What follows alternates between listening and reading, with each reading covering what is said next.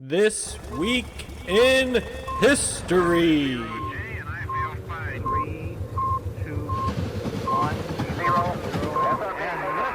Discovery, go at throttle up.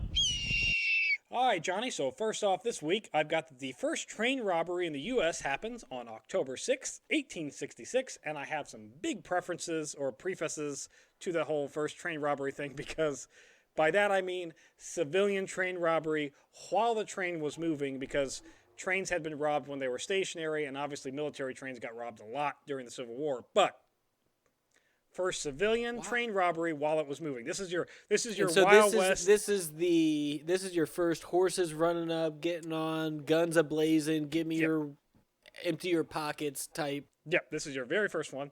And God it's damn. an Indiana robbery. What? Indiana? Indiana Well, history. no, I mean that makes sense though, actually, because we're the crossroads of America, and so this train's just hurtling across Indiana trying to get the hell through it. It was conducted by John and Simeon Reno, a.k.a. the Reno Brothers, a.k.a. the Reno Gang. So awful name. Awful name. Not great. No, not a great name. If you're gonna, I mean, they're the first ones. They didn't know this was gonna be like a thing, and they were gonna have like some badass cowboy gang name. Yeah, and they're also not. I mean, I don't think you can consider like Indiana West enough to be considered a cowboy no. either. But they're like this they're trend prairie would go boys. west. They would actually, in their first robbery, successfully make off with $13,000, or equivalent to $212,511 today. So Jesus Christ, why did you keep going? Stop.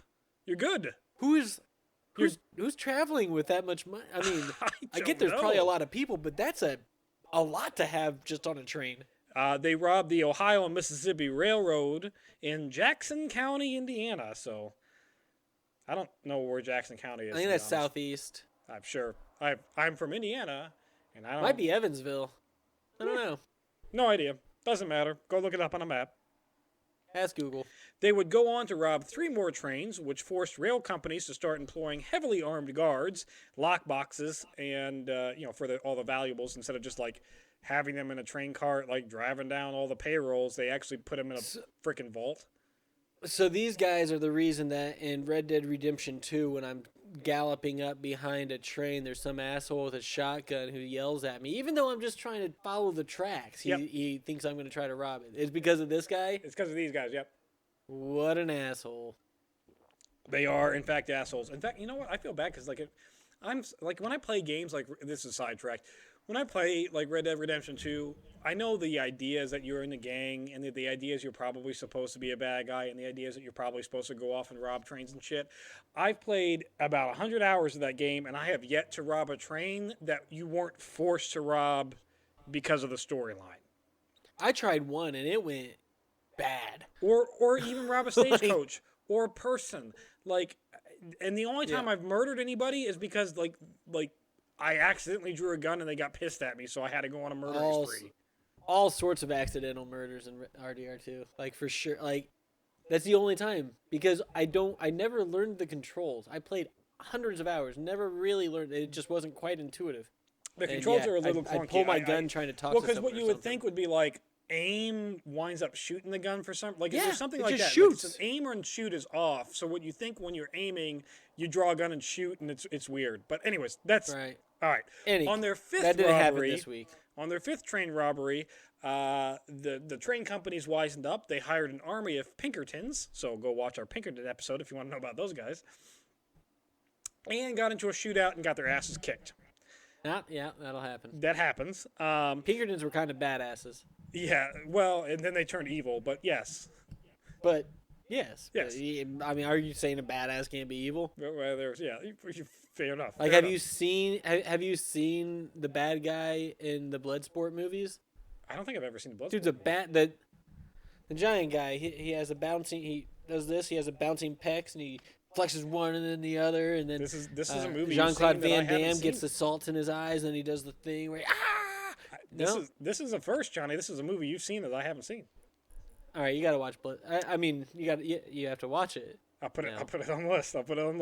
All right, I'll put it on your list. So several of the members actually got arrested at that ill-fated journey, and would get lynched by an angry vigilante mob prior to going to trial. Over the next few months, the Pinkertons were able to hunt down and arrest multiple other parties in multiple different occasions with the same result. Vigilante mobs lynching them before they got to trial. So, I was thinking about this, and that's something that we're really lacking today. And I think maybe it's just a population issue. But vigilante the mobs? angry mob. Well, I think we have them, Johnny, but they No. are... But see, that's what I'm saying. Because it turns into like riots, and there's too much, and you can't. No, communicate, you're missing out. I you think can't they're like do everything. 17-year-olds that stole their daddy's gun and went across state lines. That's not a mob. That's one dude with his mom. Fair point. I'm talking about 50 people that go and I don't know, like there's some guy who is refusing to leave his position in some capacity. Or they're an like, angry well, mob you know that what? goes and We're fights going to the go ahead and KKK. remove you. Because Huh? I think it was down in Louisiana. There was an angry mob that like fought off the KKK, and then white dude angry mob that fought off the KKK. Well, good. So I mean, yes, as a white dude, I also disapprove of the KKK, Yeah, good. so I can see how that would be a possibility. This actually caused a international incident here with all these lynchings because this was also I know it was the first, it might even be the only instance where a federal prisoner in federal custody was lynched by a vigilante mob. So Canada and England in their newspapers really got pissy about it for some reason. Like, how dare the American police force let angry mobs hang people that were going to get hanged anyway? Like, that's the thing I don't understand. Why are we mad that the vigilante hung them when that's their punishment was going to be being hanged anyways? Right. If this was pre-trial, I get it. It was pre-trial, Yeah. but still, like, they did it. Oh, so then it's the whole innocent until proven guilty, and you have a right to a trial type thing that I mean, I guess, we Johnny. established, right? Like we had established that whole right to a fair trial by then, or Yeah, oh yeah, that's well, yeah, so it's in the books. so maybe that's why they were mad. It's not. It's in the books. It's not. I mean, Maybe also even then it was still kind of illegal to just get a group of 50 to 100 people, find somebody, kill and then people? lynch him. Like Regardless I of- still don't. As often as it happened, I still don't think like it was technically legal. and another awful thing I have for us today, Johnny. Although that one's kind of fun. That was more fun than really awful. Yeah, well, that's not so bad. The last Jews were expelled from England on October 9th, 1290. Yeah, I see the face. England. You're like, what? Yeah. 1290. Okay, 1290. So Wow. this comes from the Edict of Expulsion, which was a royal decree issued by King Edward I of England on July 18th, 1290.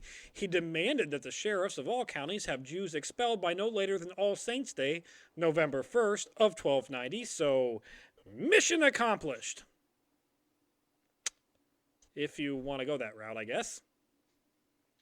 This was an edict that maintained that was actually on the English books for 367 years and lasted until Oliver Cromwell permitted Jews to enter England again in 1657. Now you might be wondering to yourself, Why? why do Jews always get the bad rap? Like through all of history, what? Well, they crucified Jesus. So I think that might be it. Right? No? I mean, sure. I don't know. Sure, they got blamed for it. I don't think they actually did it. I'm pretty sure Okay. Rome was the one. Are you that telling actually- me But they were all Jews that like all the guards and everything? They and then they did that whole you're not actually God type thing and Pontius they Pilate was a did the Jew thing. too.